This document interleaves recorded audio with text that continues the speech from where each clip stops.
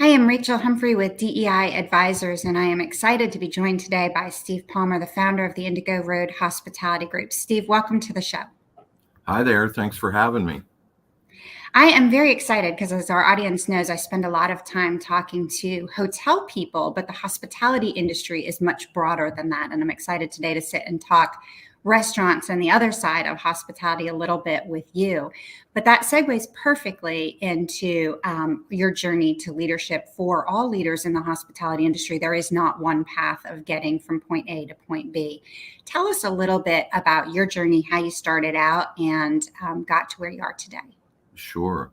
I am the School of Hard Knocks guy for sure. Started washing dishes in Atlanta when I was 13.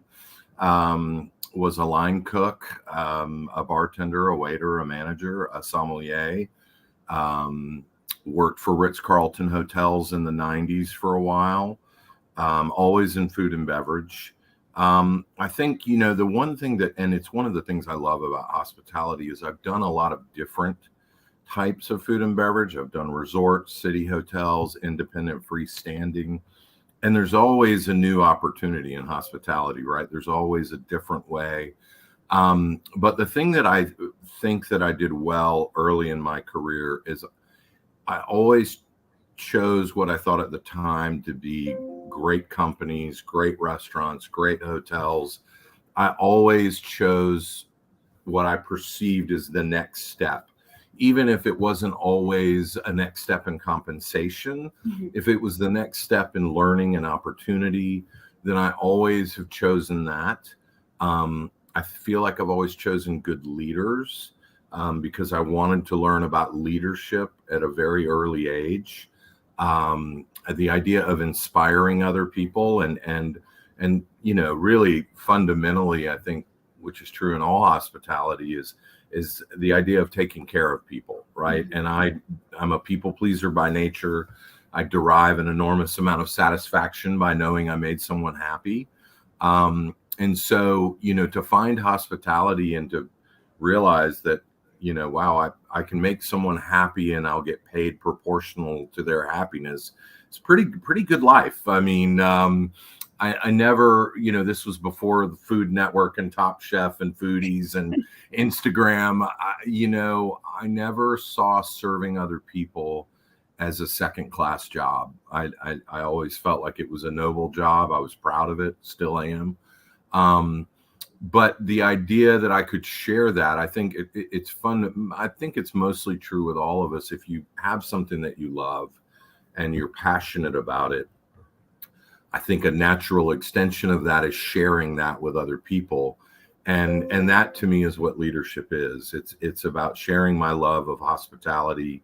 I always say that leadership is an act of service, and that, my role is to make sure that the team around me feels empowered, supported, inspired. And then largely there's also a moment as a leader to get out of their way so they can flourish. But, anytime I see leaders where you can tell for them leadership is an act of authority, that's disheartening because it's uninspiring. Autocratic or dictatorial leaders that are coming from a place of ego, look at how great I am, instead of what can I do to make my team's life better. And so, for me, my journey to leadership is about understanding that leadership is an act of service at the very deepest level. I love that. So many nuggets in there. I mean, I love the idea of not every step forward looks like a step forward from compensation, from title, from opportunity, but in some way advances your career. I think a lot of people get held up on title or compensation as the only way to advance. So that's a great one. Of course, also the thought of being in service to others. As an industry, the hospitality industry is here to serve. And also looking at the team approach and the way that you do lead. And that's actually a perfect segue, because When I talk to people about you, the number one thing that everybody tells me is he is really known for corporate culture, for building a great team, for developing talent, for identifying talent, and being a place that people want to work. And to me, that is an incredible compliment for someone's character, for someone's leadership. I want to turn it to the other side, though. If somebody came to you from that team and felt like they were really having a hard time advocating for themselves at their role, what would you tell them to do as far as how to approach leadership, whether it's a coworker, a manager, even someone higher up than that, in terms of advocating for themselves? Sure. Well, one of our core values is transparency and humility. And, I often tell folks, listen, if I say, how are you today? And you say, fine, I believe you. So, I think you have to, in order for people to feel safe advocating for themselves, there has to be trust.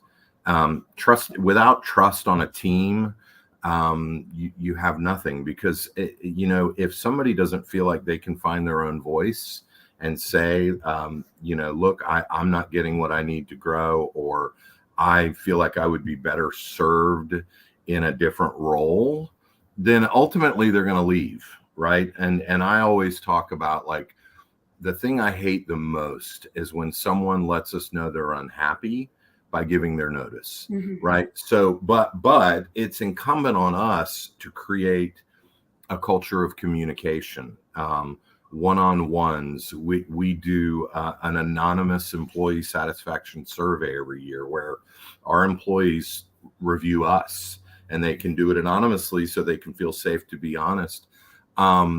But it's a daily practice, and I, we early on in the company's history, I do leadership retreats every year, and a lot of those retreats are collaborative in nature, and I'm allowing everyone in the room to decide how we're going to grow or what changes to make. In our first conference, there was 5 people.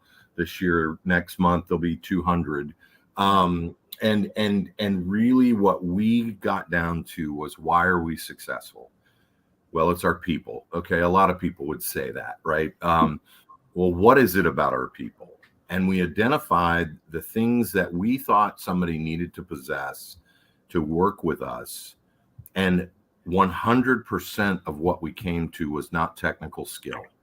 It was not resume. It was not, it was emotional qualities, collaborative spirit, passionate drive and work ethic, curious intelligence. And so then we started interviewing for those qualities. So oftentimes, not often, hopefully, but sometimes you'll have a great person in the wrong role, right? And so many companies they're just not doing the job. They're not hitting these marks. We've coached and counseled them. It's time to let them go. Or they get discouraged and they get disenchanted and they leave. But if you've hired right, oftentimes I think developing people requires having a broader view than the role that they're doing today. Sometimes it's not, but I think that it's 2 things. It's creating a trusting environment where employees feel like they can advocate for themselves.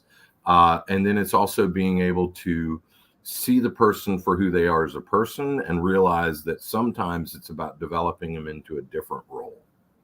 I love the combination of communication and trust too. So important in any type of leadership. 100%. As we come out of the pandemic, especially, there has been a renewed focus on self-care and wellness, but that is not a renewed focus for you. That's actually somewhere that you have devoted a tremendous portion of your career. You're a strong advocate publicly for mental health awareness, and you have talked about a lot of your addiction struggles publicly in a lot of different forums. What advice would you give to someone who is struggling to take care of themselves from whatever aspect that looks like? Sure. Well, I think that first off, hopefully you're in an organization that values mental health and wellness. We are, and in all of the ways that we demonstrate that on a daily basis. Happy and whole employees are good for everybody. It's good for the human. It's good for our hotels and restaurants. It's good for our guests. I think that too often, um, and I say this in the hopes that we're moving towards a different environment, but you meet hospitality employees that worked in toxic environments. And so mental health equals getting out of the industry. And, we need more people to want to work in hospitality, not less. So I think that first and foremost, you need to be in an environment where if taking care of yourself is not something that is well received by your leaders, then perhaps a different organization. But it doesn't mean that all hospitality lacks that empathy and compassion. I think that realizing that you can do both. You can work hard, be in a fast-paced environment, and take care of yourself. I think that any leaders that are, we regularly in our hotels and restaurants are talking about mental health. You can't just say we're mental health advocates. It's a daily practice. Of course, we have our nonprofit Ben's Friends that's in 25 cities in America, but and that specifically addresses addiction. We also have fitness programs, gym memberships. We have alcohol-free environments, so the age-old shot, shift drink, shot at the end of the bar. We just don't do any of that because we're trying to create a more whole, healthy environment. But I always tell people you have to take care of yourself first, especially if you're in the business of taking care of other people. If you're not filling your own tank, there's no way that you can fill somebody else's. Yeah. I say a lot that a lantern needs fuel to shine brightly. And if your lantern has run empty, you are not going to be your best collaborator, your best employee, your best parent, whatever it is. You mentioned Ben's Friends, and I want to talk about that for a minute. You're the co-founder of an organization that does incredible work within your restaurant communities. Tell us a little bit about the organization, but also as a leader, how did you know that you were the right person for this initiative?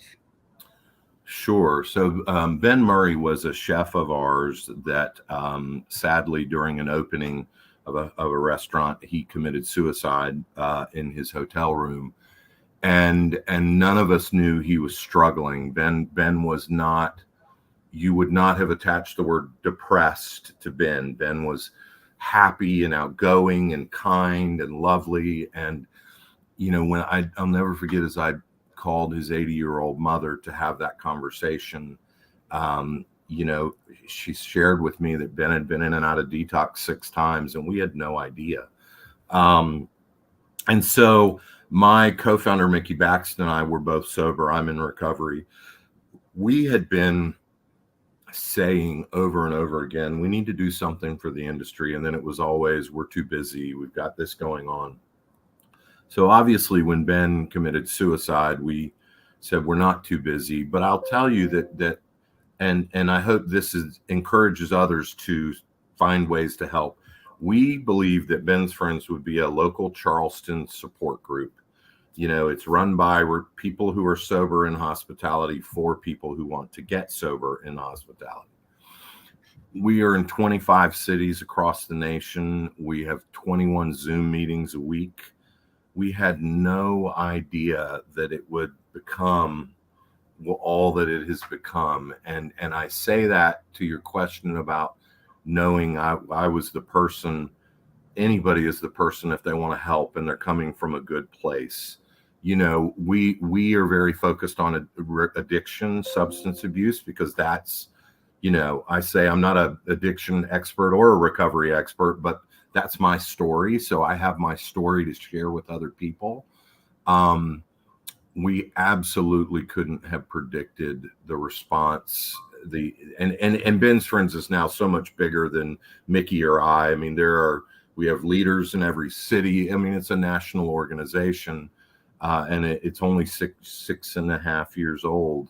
I believe if you have a heart for helping, then find a way to help. And for us, I love our industry. I can't say it enough. I love what I do. I love the people in our industry that do what they do. So what could be better than helping those people be productive members of the hospitality industry?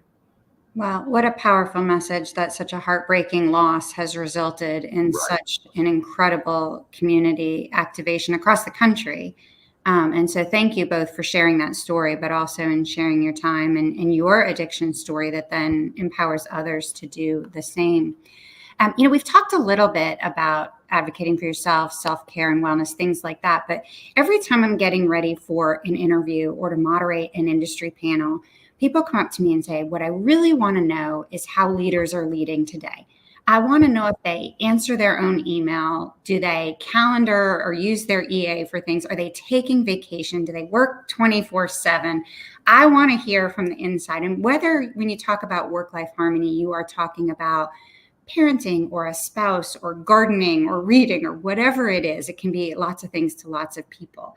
How do you think you do managing some sort of harmony between your career and having things outside of that career? Sure. I have obviously 30 plus years in, have worked hours. I've worked a lot of 7-day weeks. I've also traveled a lot. I've also been to great restaurants all over the world. I believe strongly that if you are in the business of serving others, if you're not allowing yourself to be served, your tank is going to run out eventually. Whether I was an assistant manager or a food and beverage director or the founder of a company, I have always traveled to eat and to stay in hotels and to feel inspired. I demand that from my team. I literally, I have a couple of senior leaders that I'm going to write you up if you don't take a week off. You have to do it. And anybody that doesn't understand that you're not your best self when you're burned out. Our company has grown. We've grown aggressively. This year, it will be one of our biggest years ever. There's no doubt people are going to feel burned out and frustrated and tired. If you're not, as a leader, advocating for that for others, but you also have to demonstrate that. And my team sees me take time off. I am a dad to a 13-year-old girl who has horse shows all over the South, and they see me going to the horse shows and they see me doing, so I think, first you have to model it for your teams. But no one should feel guilty about that's just silly. The week before Christmas and New Year's, I turned my email off. First time in 30 years. Wow. I turned it off. I just, what? It'll be there when I get back. I had 2,700 emails when I got home. And some people would say, well, that would be more stressful for me. Yeah. Right. But can you unplug? And you have to unplug, because I think travel gives you perspective. I think time off gives you a different view. Maybe you've been stuck on an issue you don't know how to solve. Grinding another day instead of taking a day off may not be the answer you're looking for, but taking time. I'm always reading books about our industry. You just have to commit to it. I don't have everybody will shake their head and then they'll go back to not taking time. You have to have balance. I love it. Oh, go ahead. All I was going to say is, what are you doing it for if you're not? So if you can't enjoy your time, yeah, just that. I love traveling to be inspired. That's such a great way of putting that. But also modeling. You're absolutely right. It's very easy to tell others to do it, but if they don't see you doing it, one of the things we hear too is announce loudly what you're doing. Oh, I'm going to a horse show. Oh, I'm going on vacation. Don't sneak out the back door, so that people can see that it is accepted and encouraged and everything else. So that's a great piece of advice too. As we look to today, sitting on an interview like this, you do a lot of public speaking, whether it is community activities, conferences, webinars, and other types of things. Have you always been comfortable with it? You're incredibly talented at it. Are you comfortable with it? Is it something you had to teach yourself? We hear all the time that public speaking can often be one of the biggest hurdles that people find in their path as they're trying to advance their careers. That's interesting. So what's funny to me is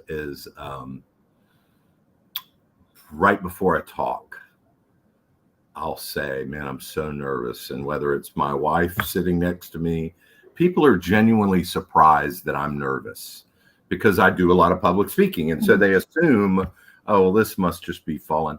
When I did my TED talk, when I was done, and I will say that, like, the organizers of TED, it's very structured. We rehearsed, I was filmed, they gave feedback. I felt a little bit like I was, auditioning for a beauty pageant because it was turned this way, and they were all great, but when I got done with my TED talk, I walked immediately off the stage, out the side door, and started crying because it was such an emotional thing. And there had been so much buildup to it that I literally sat down on the ground outside and was just, so I say all of that to say that I love speaking. I'm always talking about something I'm passionate about. So it comes from the heart. I'm not giving a sales pitch or data on, and I know that that kind of public speaking is valuable as well. So I'm mostly talking about hospitality, people, and mental health, which are things. But it's funny you mentioned that because some of my teammates, I'm now, hey, I'd like for you to go speak at this thing. I'd like for you to go. And my director of financial operations is more introverted than I am, and so he was on PBS a couple of weeks ago, and he was so nervous. And well, what do I say, and this and that, and I just kept saying, the only questions they're going to ask you is about what you do every day of your life. There's no trick question coming. And afterwards, he came back and was like, that was really cool. Can I do some more of that? I love that. I would say to those that like aren't as comfortable with it, you just it's muscle memory. You just have to do it a lot. Being on a panel where you're just getting asked questions from a moderator, that's a great way to sort of dip your toe in, because then you're not having to prepare a speech. You're not, it's just Q&A. But if you can do that a few times before you're the lone person on the stage, I think it's pretty helpful. But my TED talk was the most nervous. There were 1,000 people in the theater. It was a lot. Yeah, a lot for even a seasoned speaker. And I think that Yeah. you raised some great points, speaking about things that you know and that you're passionate about. So choosing the right speaking opportunities is really important. But also, your first time speaking does not have to be in front of a crowd of 6,000 at a conference. You can make a toast at a family dinner. You can have a meeting, a staff meeting where you raise your hand and say something. I think people don't realize that there's a lot of points between A and Z of opportunities to practice, because you're right. I still get nervous and I do it all the time and I love it, but it doesn't mean that I'm not nervous before I do it. At our leadership conference where I'm just speaking to our teammates, I'll be nervous. Yeah, I think it's good. I like nerves. Yeah, I think nerves are very motivating. We hear a lot nowadays, which you and I did not when we were first coming up, about personal brands. I know I kind of have some personal mantras that guide me. Do you think that you have a mantra that is your guiding star, or something about you that you would say, this is my personal brand? Yeah, yes. And I, even I struggled with the word brand for a long time because that felt corporate.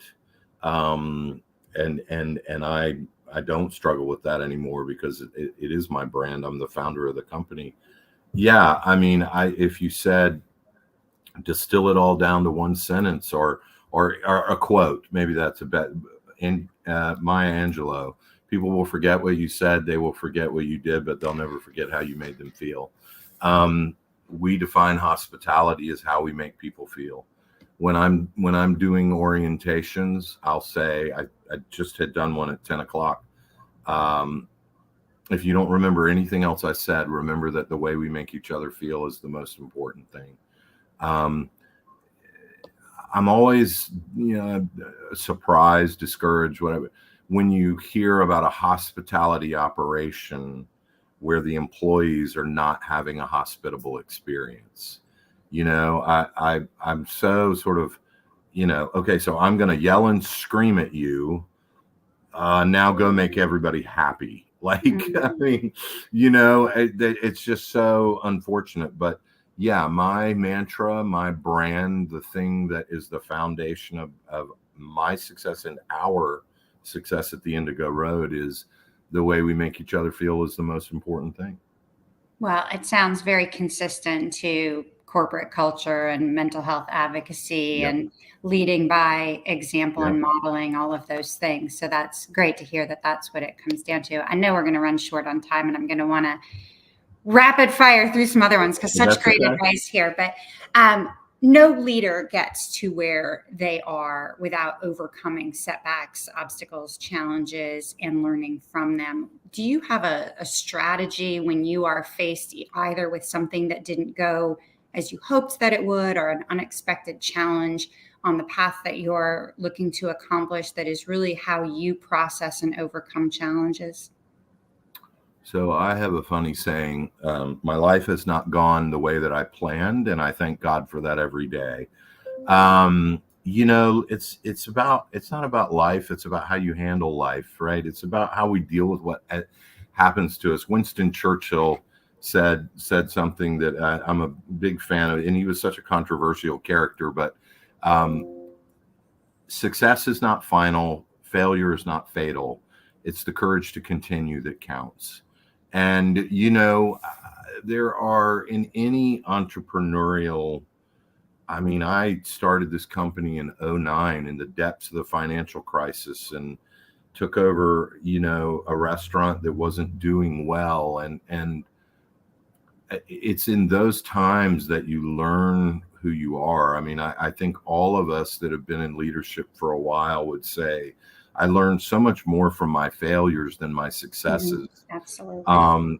Doesn't mean they're not painful, but I think, and you touched on it when you mentioned Ben's Friends, and I say this in Ben's Friends a lot, like, look at this beautiful organization that you all have come to value.